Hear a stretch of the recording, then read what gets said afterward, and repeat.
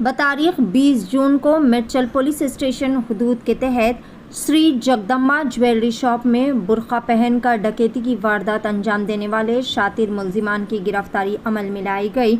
Cyberabad commissionerate के आला अहलकारों की रहनुमाई में इस जुर्म में मुलविस शातिर मुलजिमान की गिरफ्तारी के लिए 16 खुसूसी टीम्स तश्कील दी गई थी और जाए वक़ूअ के करीब वाक़े 161 CCTV फुटेजेस की भी मुकम्मल बारीक बीनी से जांच की गई और मुलजिमान का सुराग लगाया गया। गिरफ्तार शुदा मुलजिमीन की शिनाख्त कुछ इस तरह से है। 36 साला नाजिम अजीज़ कोटाडिया जो कि पेशे से बिजनेस किया करता है। दूसरा मुलजिम शेख सोहेल उमर 23 साल। तीसरा मुलजिम सलमान बताया जा रहा है। तीनों मुलजिमान पर भी मुख्तलिफ पुलिस स्टेशन हुदूद के तहत कई सारे मुजरिमाना केसेस भी दर्ज है।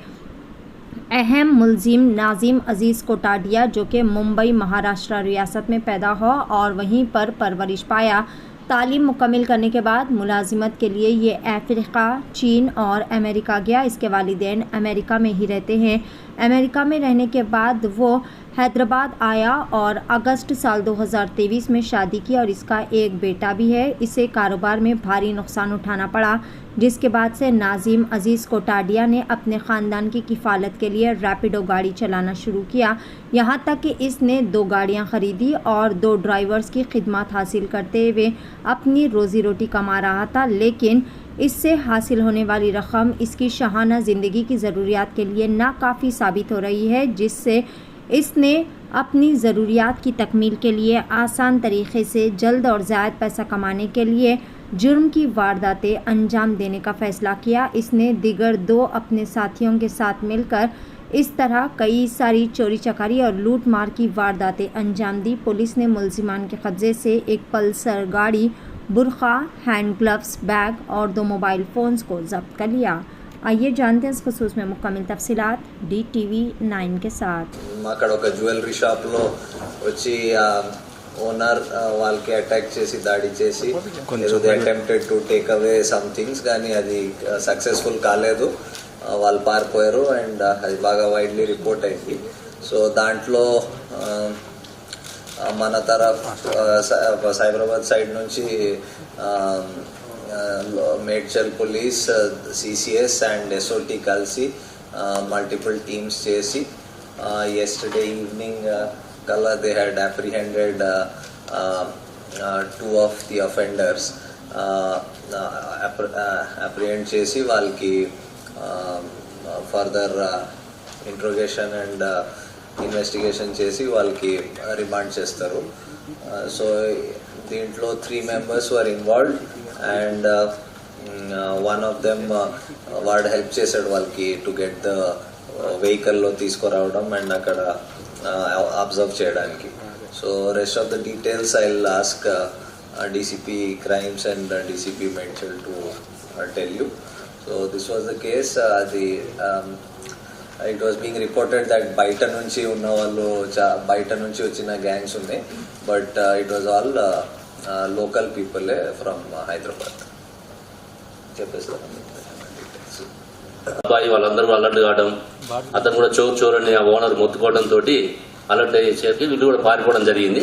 ఇమీడియట్ గా మనకి ఇన్ఫర్మేషన్ రావడంతో వితిన్ 10 to 15 minutes లో మన టీమ్స్ అన్ని కూడా పోలీస్ స్టేషన్ పక్కనే ఉండటము, అక్కడ ఉన్నటువంటి క్రైమ్స్, SOT అందరూ కూడా ఇమీడియట్ గా టీమ్స్ ఫామ్ చేసుకొని దాదాపు 200 CC cameras entry exit points identify చేయడం. మనం చూసిన ప్రాసెస్ లో బైక్ ఆ పక్కనే దగ్గరలో నియరెస్ట్ ప్లేస్ లో ఒక 1 kilometer దూరంలో దాన్ని పడేసిపోవడం. దాని తర్వాత దాన్ని బైక్ ని చూసినప్పుడు దాని నెంబరు అందరూ ట్రేస్ చేయడం. ఇమీడియట్ గా RTA యాప్ లో పోయి ఆ ఓనర్స్ పర్టికులర్ చూసుకుంటే అది మన OU ఉస్మానియా యూనివర్సిటీ పరిధిలో ఉన్నటువంటి అబ్సిగూడ ఏరియాలో అది ఒక 4 days బ్యాకే స్టోలెన్ అయింది. ఇమీడియట్ గా ఓనర్స్ ని కన్సల్ట్ చేసి అక్కడి నుంచి కూడా మనం CC ఫుటేజ్ కలెక్ట్ చేసి దాని రూట్ అంతా కూడా OUPS నుంచి అప్ టు చాదర్గఢ్, మీర్ చౌక్, చార్మినార్ వరకు కూడా దాదాపు అన్ని టీమ్స్ ఫాలోఅప్ చేసి అక్కడ రీసెంట్ గా వీళ్ళు చాదర్గఢ్ లో అయినటువంటి రాబరీలో కూడా ఇన్వాల్వ్ కావడము, అప్పటికే మన వాళ్ళందరూ కూడా జైల్ రిలీజ్ పర్సన్ తీసుకోవడము, వాళ్ళ యొక్క ఇంటరాగేషన్ రిపోర్ట్స్ స్టడీ చేయడము, ఎక్కడైతే CC ఫుటేజ్ క్లారిటీ వచ్చిందో అక్కడ ఈ పర్సన్ చాదర్గఢ్ లో ఇన్వాల్వ్ అయిన పర్సన్ ఐడెంటిఫై చేసుకొని ఇమీడియట్ గా IR లో ఉన్న నెంబర్స్ ఆధారంగా మనం A1ని